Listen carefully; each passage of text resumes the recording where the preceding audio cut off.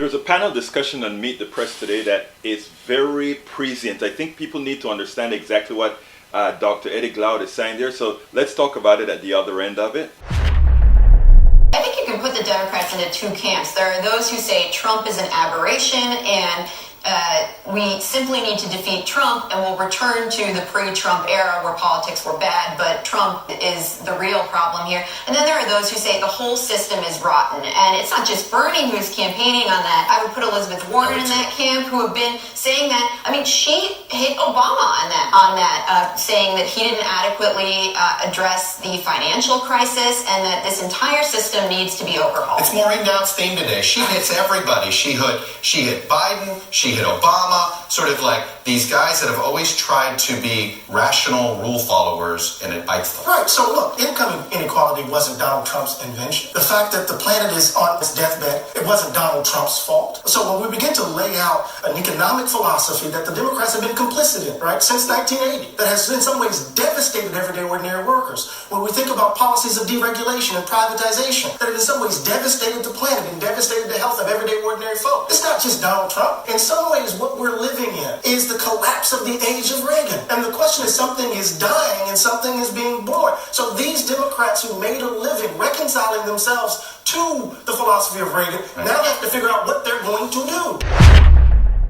The collapse of the age of Reagan, that is what you have to get out of that. And also you have to get out of that there were in fact many centrists that were complicit in that. So therefore, if we are to win not only in the White House but everywhere else, you cannot replace it with that which caused damage. And if you doubt what I'm saying, this is prescient what she is saying right now. Moderate Republican, the Chamber of Commerce Republican, who does not like Trump. Many of them, I think, voted for Democratic House members. What do they want? I think what they want is the economy to continue growing like it is. I think that they have sort of reconciled themselves to not liking the tweets, not liking the way the president always conducts himself, but liking the results he's getting on policy and in terms of the economy. Do they want to kick him out, or do they only will kick him out for somebody like Biden? I don't think that they generally want to kick him out. The Democrats have a very small margin of error about who they nominate to be able to peel some of those GOPers away.